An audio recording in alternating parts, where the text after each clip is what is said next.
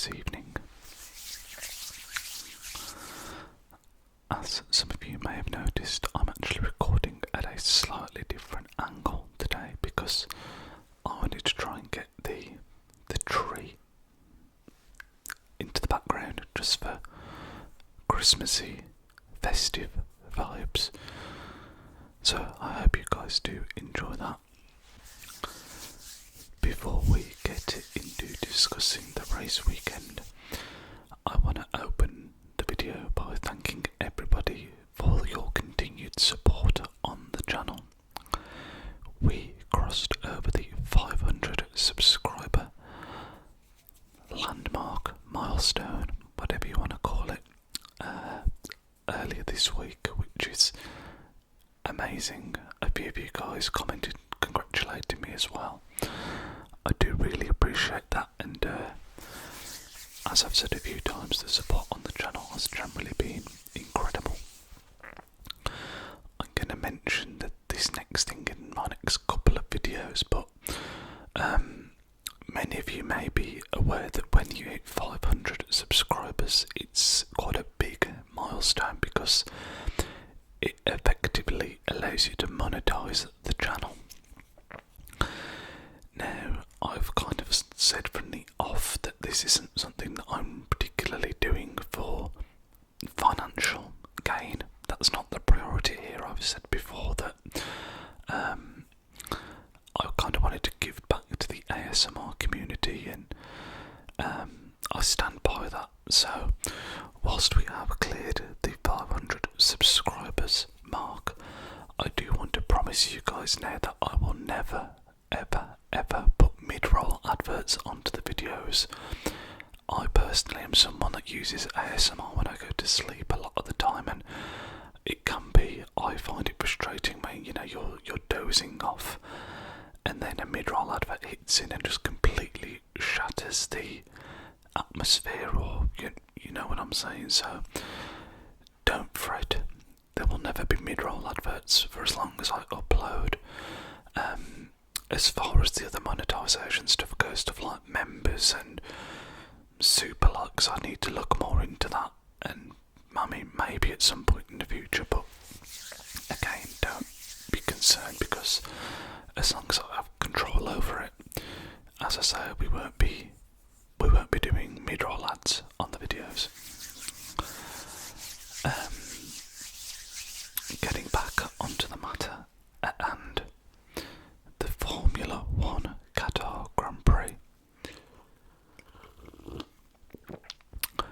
I have been looking forward to this race all week, and all I can say is that I hope we don't have the same as last week, because I am recording this video literally 5 minutes after the race is finished, so if anyone gets disqualified or anything like that, this video won't reflect that. So we're going to be focusing on the results as they happened, and I can't see a world in which people would have been disqualified, but I would have said that last week as well. So going into the weekend, it is, of course, or was, I should say, a sprint weekend, so that meant there was, a lot of points up for grabs. It's the penultimate race of the season, and it is just so exciting to have not one, but not two, but three drivers in contention for the championship. We of course have Lando Norris leading, with Oscar Piastri and Max Verstappen hot on his tail. I did have my concerns before the weekend started that Qatar is not the best track for passing, which to me meant that qualifying was going to be incredibly important. I actually saw somebody say it was a track that was designed for MotoGP, and then obviously F1 now just races there, so that kind of makes sense when you think about the layout of the track, because there's lots of high speed corners, flowing corners, and there's not really any heavy braking zones, which is what you need in F1 to have overtaking.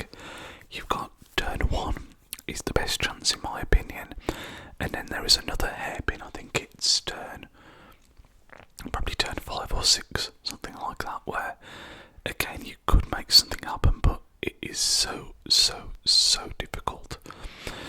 So with that in mind, qualifying was going to be important, and we go into sprint qualifying. Again, I must say, I say it every time I do these F1 videos, I have got some notes that I may refer to, because whilst I try to be off the cuff and just talk about my feelings on the weekend, the race, the qualifying, all that, I do make some notes just to try not to miss any key incidents. So I actually don't think I made too many notes around the sprint, to be honest with you.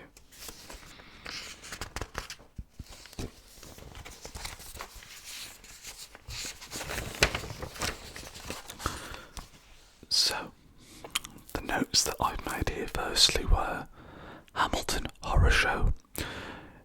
He qualified in P18 in the sprint, and then also went on to qualify in P17 for the actual race itself.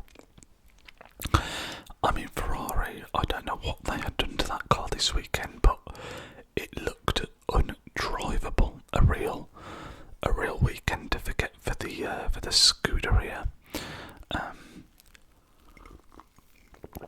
There were a lot of instances of cars running wide, and Ferrari were more guilty of that than anyone, I think. I saw the onboard, both from, I think it was Leclerc, it could have been Hamilton, I'm pretty sure it was Leclerc though. His opening lap at the sprint, and his car was just all over the shop, and again, something that clearly, the direction they'd taken the car for this weekend just had not worked. There was something fundamentally wrong, so a real weekend to forget for Ferrari. I've then noted, so Oscar Piastri got pole on the sprint qualifying, for the sprint qualifying. Lando Norris got second, and then you also had, ignore me. Piastri got pole, Russell got second, George Russell got second, Norris got third, with Fernando Alonso a surprise fourth place, an excellent qualifying from him. And then you had Yuki Tsunoda in P5, which was crazy. The fact that's the highest he's ever been for Red Bull, I'm pretty sure, with Verstappen behind him in P6, if I'm not mistaken. So, looking good for McLaren. You've got Max back in P6. I mean, again, to reiterate, going into the weekend, Lando can effectively come third in every race and he'll win the title. Or if he outscores either both Piastri and Verstappen by, I think it was 7 points, something like that. So if he wins the race, then again, he's the champion. So the fact that he's in third, not ideal with Piastri on pole, but the fact that Verstappen is in 6th is good, for him at least anyway. Then the sprint race comes around, and it's unfortunately a real dull race. I think if this was a race, this weekend was at the start of the calendar, when there's not so much on the line, this would have been a really dull weekend, but because of everything really coming to fruition and the title being right there and on the line, it made it exciting irrespective. But realistically, in the race, they get off the line. Max has a great start. He clears both Tsunoda and Russell. Sorry, I keep on saying Russell. It's not Russell, sorry. Alonso and Tsunoda. I mean, Tsunoda basically let him through. He got into 4th place after the first corner. And then not a lot really happened after that. It was very, very dull. It's always one of the interesting things about Qatar actually is there's a lot of tyre management that's actually mandated by the FIA, and what that means is that in the main race you can never do more than 25 laps on any compound tyre. So whilst that does take a little bit away from strategy, it also gives a little bit of strategy as well. It's kind of interesting how the different teams tackle it, but yeah, I mean, the sprint was a dream for Piastri. He absolutely ran away. No one could get near him, brings home the win. Also, Verstappen again, like I said, will be very happy to recover to fourth, just behind Norris, not where he needs to be, because Verstappen needed to outscore Norris this weekend to remain in the title, so not ideal, but still a lot better than it could have been, after the sprint qualifying happened, where he seemed to be having real difficulties with the car in general. As I say, unfortunately, there's not really a lot more to talk about in the sprint, because it's difficult to overtake, and man, you could tell it really showed. I've actually put a note here saying, aside from the max start, very, very dull race. So we then move forward into the qualifying for the main Grand Prix itself. Now, I have made a note of something I mentioned in commentary during the race here, which is the fact that Max Verstappen was 104 points off the title after Zandvoort, and considering where we are now, that is crazy. One thing actually before we do move onto the main race qualifying that I should mention was Piastri. Where has this been? He was awesome in qualifying, awesome in the sprint. I think it was either after the race or after the qualifying, he actually said it's nice to be back on the team radio, and it's like, yeah, he was so in control like 6-7 weeks ago, and he's had such a slump, so it was good to see him hit back with that pole position and with that race win. And again, I'm very much a neutral in the title fight, so I wanted to go down to the last weekend and be as close as possible. So Oscar looking quick obviously was something that helps that be the case.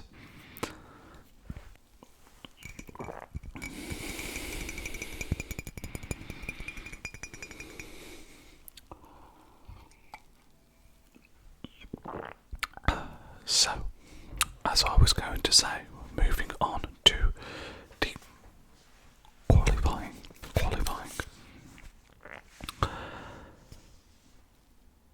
Again, if Norris wins this race, he's the champion. Let's not forget that.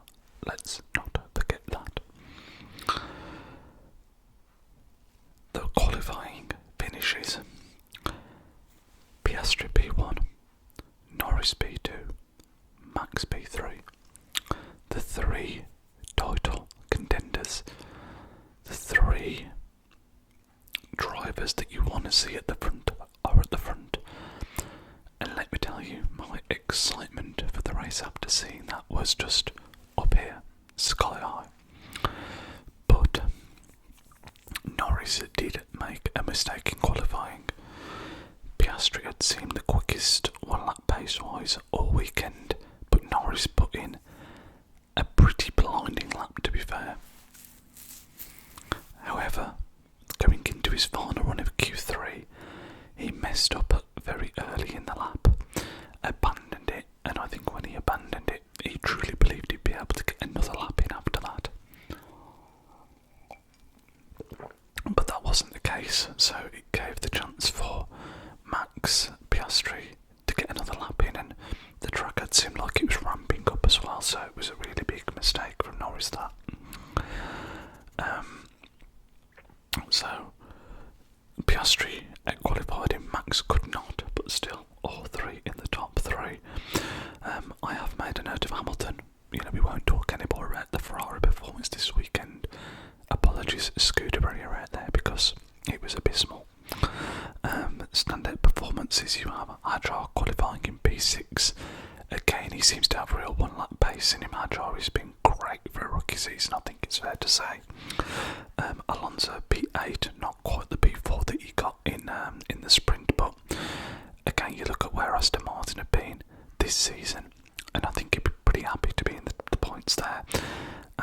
Gasly P9. What was interesting about that is that Alpine had been awful in the sprint and actually pitted before the end of the sprint to put on some soft tyres to allow the drivers to do basically an extra practice for qualifying, and that seemed to pay off with Gasly getting in the top 10. I mean, going into the start of the race now, we're all thinking the same thing. One other thing that's worth noting actually about Qatar is that the first corner is a right-hander. Now that means that everybody is driving on the left-hand side of the track to open up the corner for the best driving line effectively for that first corner. And because the last corner is also a right-hander, it means that nobody's going over to the right-hand side of the track on the straight, really. So it's the dirtier side, as they call it. It's the less grippy side. So if you're starting on the left of the racing line, you have an advantage getting off the start. So that was the case for Piastri, and Verstappen, who's behind him, in third. But Norris is on the dirty side of the track in second. So we're all thinking that Max is just going to absolutely send it from the start. You know, he's got the least to lose in the title fight, I would have said. And knowing how quick the McLarens are and how difficult it is to overtake there, that was going to be his best chance. So the race starts and Max predictably has an absolutely electric start. He passes Norris really before we've even got to turn one.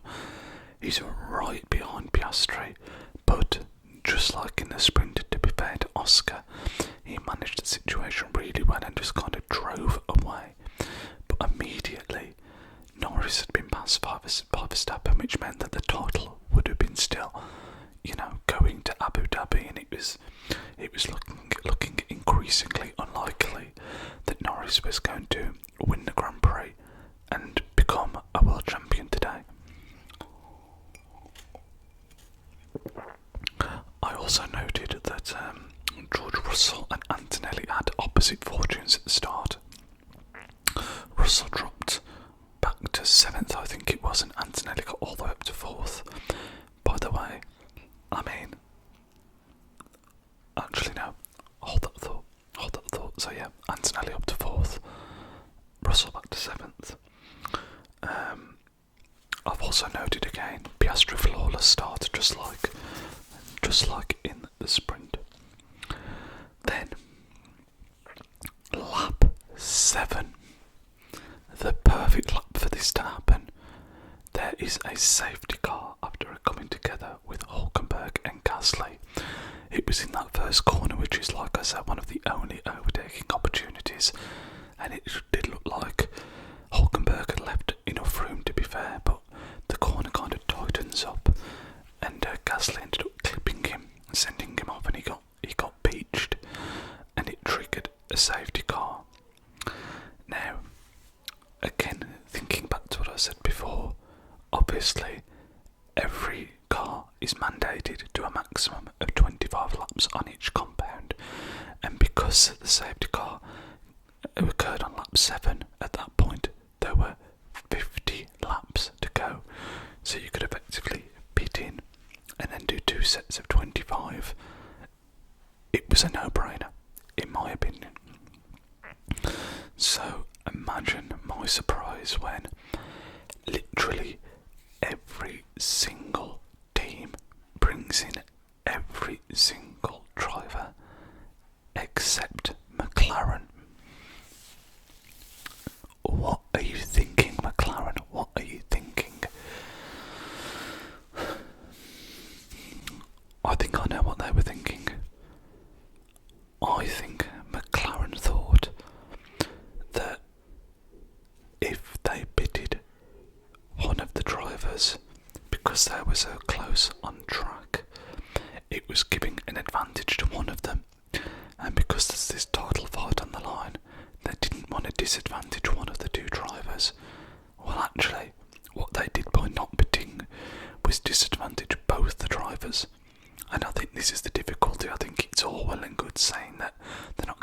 favour a driver, yada yada yada. In my opinion, worst case scenario, they should have just picked Piastri because he was in P1. He'd qualified first, he was leading the race, he had done everything right, and he was in the advantageous position to be pitted, which Norris obviously was not. So then, actually not every driver pitted. Ocon didn't pit, did he? So everyone apart from Ocon, bizarrely. So McLaren, after the safety car, were leading the race, but everybody behind them, apart from Ocon, had fresh tyres and effectively had 2 stints of 25 to go. Now, Will Joseph came over the radio saying to Norris, well, these guys have now lost all their flexibility. You know, we've got options here moving forward. They are nailed down to this 2-stop now. But myself, the commentators, and I think everyone, even James Vowles, that's his name, right? The Williams chief team principal. They had him on the pit wall talking in commentary. And they said, if you were Zach Brown, if you were McLaren, would you have brought in the drivers? Excuse me, getting a bit gassy from the coffee. And he said, yes, it felt like a no-brainer to me to bring in at least one, but it's easy for me to say, is basically what he said.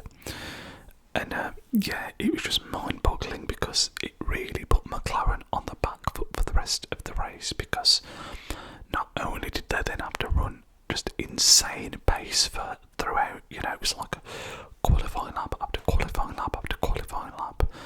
It also meant that when they did pit, they still had to try and leave a gap so they weren't double stacking. So it felt bizarre to me, that whole decision. I think it was a real error by McLaren, and I think both drivers on the radio kind of knew that even right then at the time.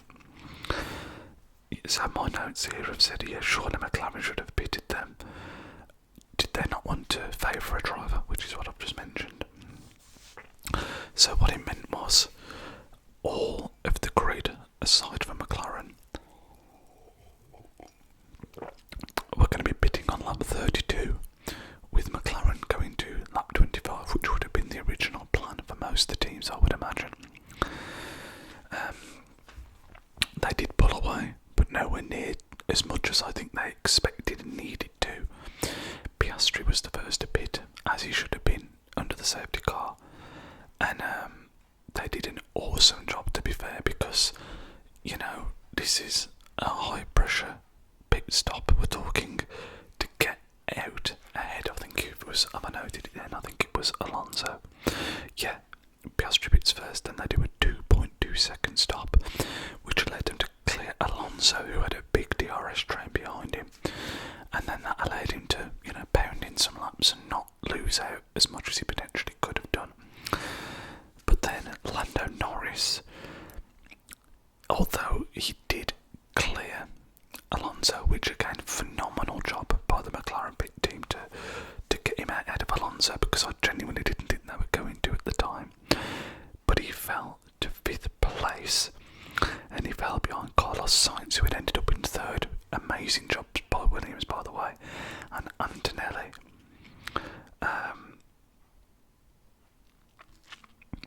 This was after both pit stops, I believe, actually. Behrman had a funny pit disaster, by the way. I say funny. His green light came on when he was in the pits, and he went to go, and his car looked like it was still on the rear jack, which caused him to be held up and lose loads of spots. So yeah, they both cleared Alonso when they needed to, and then I think my notes here actually refer to the second pit stop phase, because I've got here that Norris is in 5th and he needs to clear Sainz and Antonelli, and he's got 13 laps to do it. So, I mean, this kind of indicates just how boring the race was, because again, I think if there wasn't the title stuff on and especially if there hadn't been a safety car, there would have been nothing going on in this race past the first lap. But thankfully, where there's a title, there's always drama, and yeah, Piastri, because you can look back on a season and like pinpoint these little moments that are so important. And if you imagine Norris gets that final run in qualifying, gets pole position, let's just say for argument's sake, he's not in his position because Piastri had the first pit stop. He was able to clear, get to second, wasn't a problem. And then, because Norris was the second in the queue, he then had to pass a couple of cars as part of his strategy. Now, again, I think you saw the difference in the driver's mentality, because Piastri cleared Antonelli straight away. Antonelli still had to pit at this point, this is earlier in the race, but he did a great move where he dived down the inside of him, lost barely next to no time behind him, whereas Norris got stuck behind him and just couldn't get past him at all. And I think this is the difference it makes when Norris is the one with everything to lose versus Piastri and Verstappen, who have got everything to gain. But looking back at my notes here,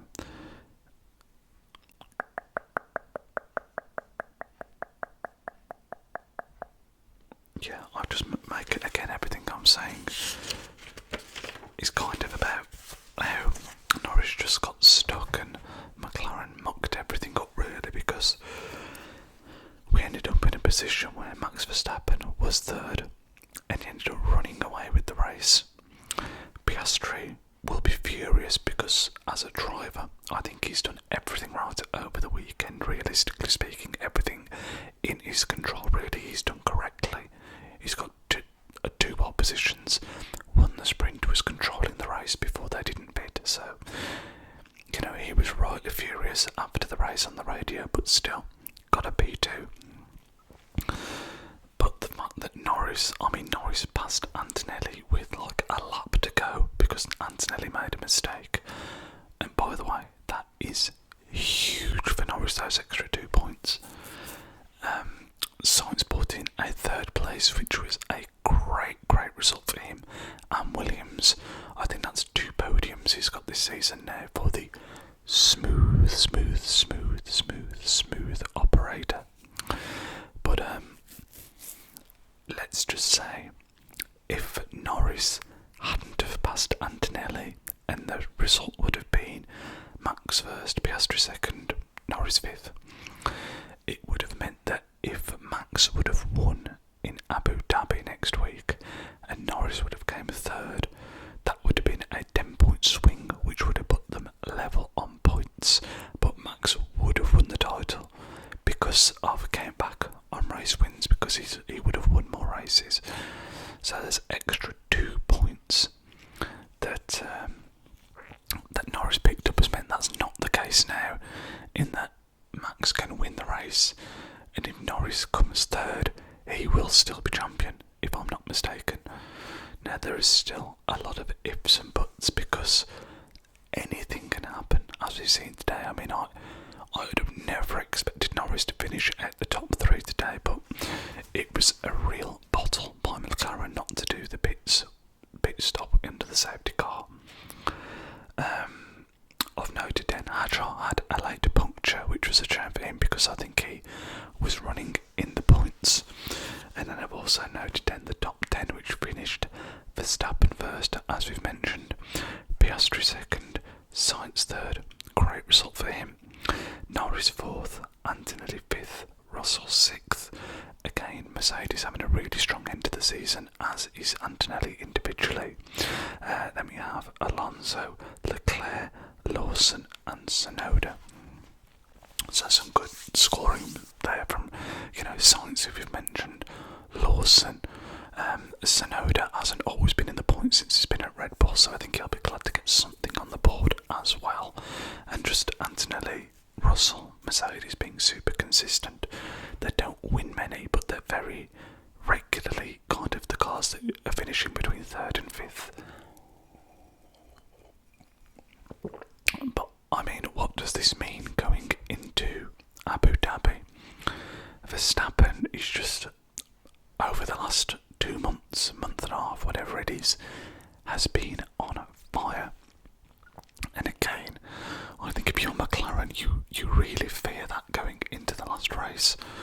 I think Norris needs to take the positives that he got that 4th place, because that puts him in such a stronger position. Those extra 2 points, these tiny margins, puts him in such a stronger position going into the last race, knowing that if he gets on the podium, he's the world champion. You know, Max and Red Bull need something to happen, which would be out of the ordinary, which again it can do. We've seen it before. I don't know what the cars are going to be like for Abu Dhabi. Does it suit McLaren? Does it suit Red Bull? I don't know. But what it does mean is that we have a 3-way title challenge going into the last race, and with F1, I think that's all you can ever ask for. I still think it's hard to look past Norris. I do. Because, you know, but again, if you were to say to him, finish in the top 3 and you're the champion, he'd be like, okay, fine, low risk, get 3rd, worst case, you've done it. But again, it just unquestioned, you just know it won't be that straightforward. So yeah, it's going to be an insanely exciting Abu Dhabi Grand Prix next weekend. I can't wait to talk to all of you guys about it. Again, I'd love to hear your thoughts. As I say this in all the F1 rambles. Let me know your thoughts on the race, who you think is going to take the title, all of that stuff. Put it in the comment section down below. And thank you all again for your amazing support on the channel. I am so hyped for next week's race and to talk to you guys about it. I cannot wait. I am going to be doing a full vinyl record collection at some point over the next couple of weeks. As promised, I said when we hit 500 subscribers I would do that, but bear with me on that one because it's going to take a long time to record. So that will be coming soon, as well as the fact that I do want to do just a little laid back whisper ramble, because it feels like I haven't done one of those for a while, so keep an eye out for that as well. And yeah guys, wherever you are in the world, you enjoy the rest of your weekend. I will catch you all in the next video. See you soon guys. Bye bye bye.